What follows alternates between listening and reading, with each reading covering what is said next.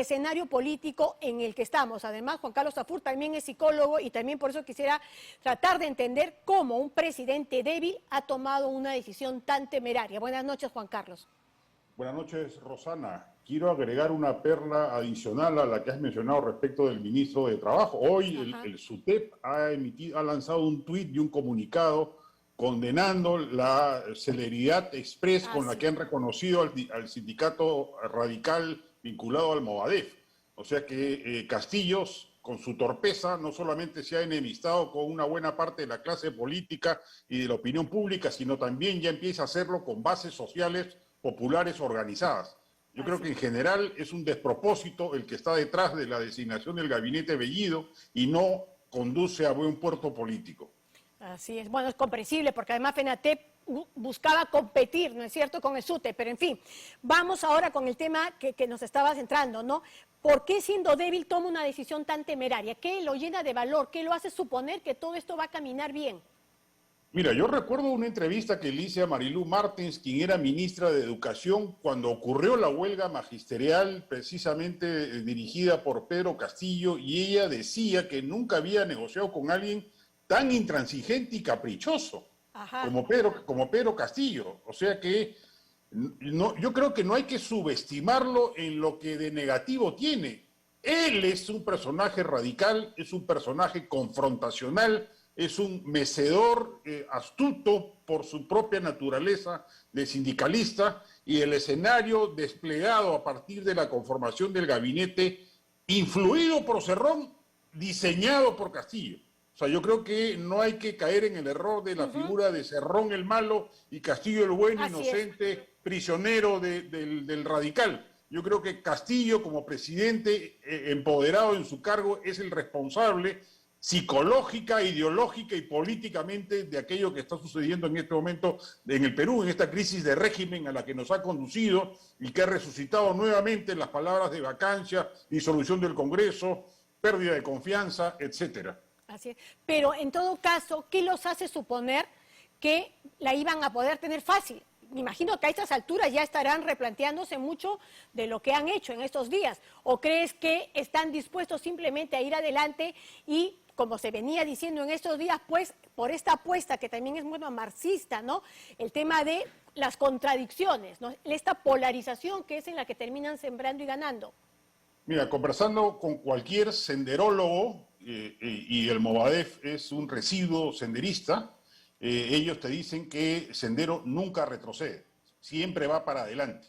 Y en ese sentido yo creo que el gobierno ha optado por una lógica de confrontación que lo que busca y pretende es enturbiar su relación con el Congreso, provocar dos pérdidas de confianza para disolver el Congreso y convocar a nuevas elecciones congresales donde pueda aspirar a tener la mayoría suficiente para lograr su sueño de una refundación constituyente en el corto plazo. Yo creo que esa es la estrategia y el Congreso tiene que recapacitar. He escuchado hoy día a varios congresistas ya reculando, ya entibiándose, ya dudando, ya llamando a la prudencia y al diálogo sin percatarse que hay una estrategia política mayor detrás de las decisiones del gobierno y del Ejecutivo. Lo que quieren es disolver el Congreso y para eso han elegido un gabinete de confrontación y un gabinete además cargado de incompetencia y de cuadros que no deberían en algunos casos ni siquiera ser congresistas. El señor Bellido ni siquiera debería haber calificado para ser congresista y sin embargo hoy es la segunda autoridad política del país. Entonces yo creo que el Congreso tiene que darse cuenta que lo primero que tiene que hacer, si el señor Castillo no rectifica y no provoca la renuncia del señor Bellido antes de su presentación en el Congreso, es no votar por la confianza de Bellido. Claro, Quema una bala de plata, es verdad, pero las balas de plata están para usarse, no para tenerlas de adorno colgadas en la pared. Y si el presidente insiste con otro gabinete igual de impresentable o hace cuestiones de confianza por proyectos de ley controversiales o por su proyecto de reforma constitucional, el Congreso ya estaría avisado sobremanera de que la intención es disolverlo y en consecuencia tendría que adelantarse, aprovechar que tiene 87 u 88 votos, no sé si el congresista Valer habrá cambiado de opinión respecto de su aquiescencia con Perú Libre luego de conocido el gabinete Bellido y aprovechar esa votación para proceder a la vacancia de un presidente que habría demostrado absoluta incapacidad política y moral para gobernar el país. Pero como tú bien dices, nunca se va a tener claro exactamente si se cuentan con esos 87 votos o no. Yo no sé si te ha pasado, pero en las últimas horas y a raíz de la incorporación de Pedro Franque y también del señor Aníbal Torres, empiezan ya a dar una marchita hacia atrás. Empiezan a decir, bueno, hay que darles el beneficio de la duda, a pesar que lo sustancial, lo más importante, que es el caso de la asignación de Bellido, se mantiene ahí, tal cual, que es precisamente lo que genera toda esta división. Mira, si el Congreso no se pone firme frente a la pachotada política que supone la designación de este gabinete, estamos perdidos. Lamentablemente creo que sería el acabose de la democracia, tal cual la conocemos. Castillo podría hacer lo que le vendría en gana en adelante, podría hacer con la reforma constitucional también cuestión de confianza y el Congreso retrocedería, allanaría y agacharía la cabeza y tendríamos una asamblea constituyente corporativista como la piensa o la ha propuesto Castillo y eso supondría el fin de la democracia tal cual la conocemos. Claro, pero en todo caso, Juan Carlos, en ambos escenarios Cerrón gana, la dupla Cerrón-Castillo, porque sin duda. Si lo que proponen es que les nieguen la confianza, Cerrón gana. Y si no, también, porque igual ha logrado colocar a sus cuadros de confianza, pues en algunos puestos en donde lo más probable es que en las próximas semanas simplemente veamos medidas populistas. Ya se anunció, por ejemplo, estos pagos o bonos de 700 soles. E imagino que en ese sentido vendrán pues otros tantos. No, sin duda, el mensaje ha estado cargado de ofertas populistas, aumentos presupuestales, millones para aquí, millones para allá, etcétera. Pero yo confío, mira, si el Partido Morado, que fue el más cercano al gobierno en su lista congresal, inclusive formaba parte de la lista a la mesa directiva, ya anunció que va a votar en contra de la confianza de Bellido, yo creo que ese camino le corresponde también seguirlo al centro. El centro va a ser crucial en estas horas. Acción Popular, Alianza para el Progreso, el Partido Morado, Somos Perú, Podemos, etcétera. Pero yo me temo que hoy día he visto un tuit de Johnny Lescano diciendo que efectivamente ya con Aníbal Torres, con Franque, hay que entrar en una etapa de diálogo y de conciliación, etcétera. Acción Popular. Pero yo confío, si no se logran por lo menos los 87 votos ahorita, que son los que se necesitaría para una vacancia, por lo menos los 66 para negarle la confianza al gabinete Bellido. Yo creo que esa es la señal política que el Congreso debiera dar, es lo que corresponde. No se puede tolerar un gabinete con personajes tan cuestionables e impresentables política y moralmente como los que el señor Castillo ha elegido para su primer gabinete. Cualquier gobierno decente no los tendría en sus filas. Y eso el Congreso tiene que reflexionar porque el Congreso está representando a una inmensa mayoría de peruanos. La mayoría del país está expresada no en el gobierno, sino en la oposición.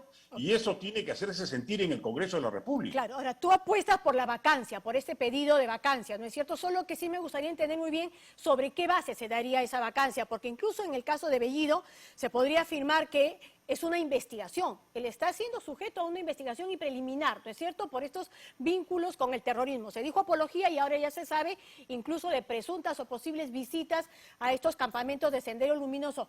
¿Eso sería suficiente para la vacancia? No, yo creo que el primer paso es negarle la confianza al gabinete Bellido. Ya, en esa línea. Ese es el primer paso. Y si el señor Castillo rectifica a partir de eso y la conformación de su nuevo gabinete, producto de que tendría que cambiarlo a raíz de la negatoria de confianza, es un gabinete potable, decente, de centro izquierda, nadie le está negando la posibilidad. Él cree quizás, y Cerrón cree que hay una conspiración derechista caviar para obligarlos a seguir la ruta de Ollanta-Humala. Nadie lo quiere, nadie lo espera. Y yo estoy resignado a un gobierno de izquierda, yo soy de derecha y lamento que nos gobierne un régimen de izquierda, pero estoy dispuesto democráticamente a tolerarlo y a aceptar políticas económicas y públicas de izquierda, pero decentes y encaminadas y insertadas dentro de un esquema democrático. Y si el señor Castillo, luego de la negatoria de esa confianza, rectifica y se reconduce por ese camino, que fue el que anunció además en su mensaje de Fiestas Patrias, ahí quedaría la cosa. Se acabó la crisis política, se acabó la crisis de régimen y el señor Castillo ejecuta políticas públicas de izquierda somete la Asamblea Constituyente al Congreso, el Congreso probablemente se la niegue y ahí quede la cosa, entraríamos a un camino de gobernabilidad que no haría necesario utilizar el mecanismo de la vacancia. Yo creo que la vacancia se debe emplear si es que el señor Castillo insiste en su estrategia de confrontación que busque la disolución del Congreso.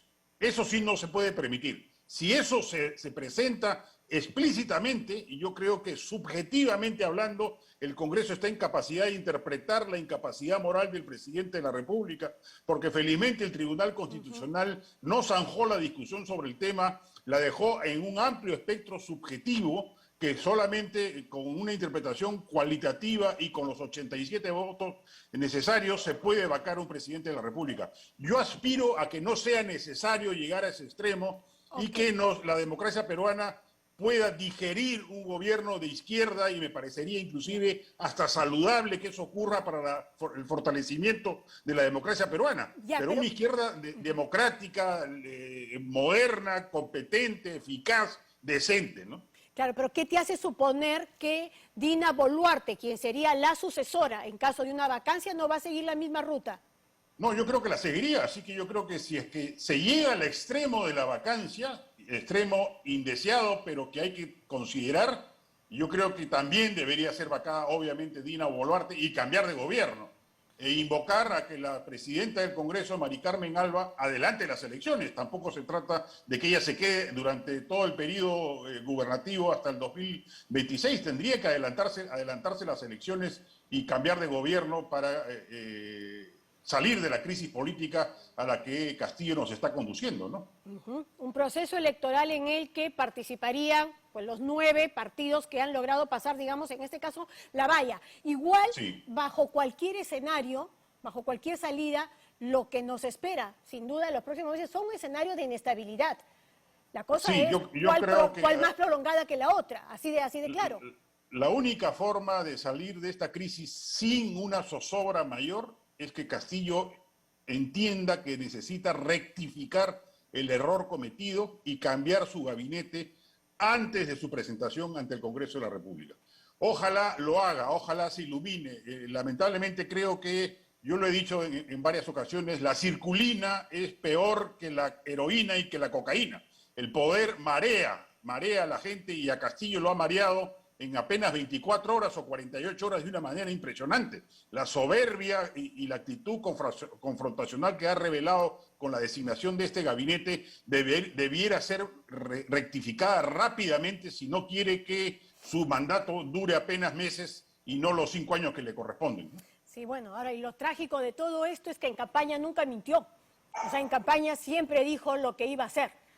Bueno, pero el plan bicentenario y la promesa firmada ante la conferencia episcopal no es el gabinete Bellido, ¿eh? Mira, yo siendo votante, como lo dije públicamente, yo voté por Keiko Fujimori, aún así yo me siento traicionado por el presidente Castillo con la designación del gabinete Bellido, porque yo soy ciudadano y es mi presidente.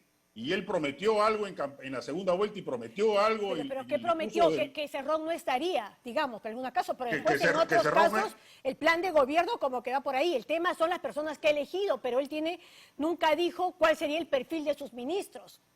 No, pero el plan ideológico del plan bicentenario fue avalado por economistas como Pedro Frank, etcétera, y suponía una moderación y un comportamiento dentro de los cánones democráticos, como lo ratificó el 28 de julio. O sea, él mismo dijo que iba a proceder. ¿El temor cuál era? Que él convocase directamente a un referéndum para convocar una asamblea constituyente en un golpe de mano constitucional.